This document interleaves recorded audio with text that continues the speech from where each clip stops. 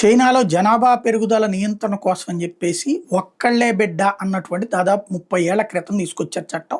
దాన్ని ఎంత కఠినంగా అమలు చేశారంటే ఒకవేళ ఒకళ్ళ కంటే ఎక్కువ బిడ్డను కంటే వాళ్ళకి సామాజిక ఇవి ఉండే పథకాలు ఆపేశారు. వాళ్ళకి ప్రభుత్వ ఉద్యోగాలు ఆపేశారు. చాలా వేధించారు. దాంతో ఒక్కళ్ళనే కన్నారు. ఈ ఒక్కళ్ళనే కనేటప్పుడు ఎక్కువ మంది మగపిల్లలనే కన్నారు. ఆడపిల్లలు ఇక తప్పదనుకున్నప్పుడు కండమైంది. అబార్షన్స్ ఇవన్నీ లేకపోవడంతో సమస్య అయింది. దాంతో ఆడపిల్లలు తగ్గిపోయారు. ఈ తర్వాతన ఏజ్ సెట్ అయ్యాక 30 ఏళ్ల తర్వాత ఏమైంది? ఆడపిల్లల సంఖ్య ఏమో తగ్గిపోయింది, మగపిల్లల సంఖ్య పెరిగిపోయింది. 1000 మంది అబ్బాయిలకి 700, 680 ఈ రేంజ్లో అమ్మాయిలు ఉన్నటువంటి సిచ్యువేషన్. దాంతో అమ్మాయిల డిమాండ్ పెరిగిపోయింది.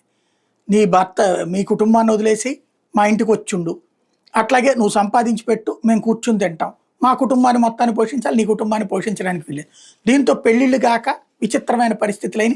దాంతో మలేషియాకి అట్లాగే ఇతర దేశాలకు పోయి ఎంజాయ్ చేసి రావడం తప్పి అంత డబ్బులు ఉన్నోడు వెళ్ళటం, మిగతా వాళ్ళు పెళ్ళిళ్ళు ఇవన్నీ మానేసినటువంటి సందర్భం.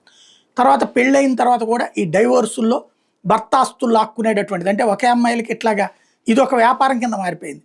పెళ్లి చేసుకోవడం, అబ్బాయితో ఏదో గొడవ పెట్టుకుని డైవోర్స్ తీసుకోవడం, అబ్బాయి ఆస్తుల వాటా మళ్ళీ ఇంకొకళ్ళని చేసుకోవడం, ఇంకొకళ్ళని ఇట్లాగ. దీంతో అబ్బాయిలు అసలు పెళ్లి చేసుకోవడానికే నిరాకరించేసి పెళ్ళిళ్ళు మానేస్తున్నారు. ఈ పరిస్థితిని కంట్రోల్ చేయడానికి గాను డైవోర్స్ లాస్ని మార్చింది.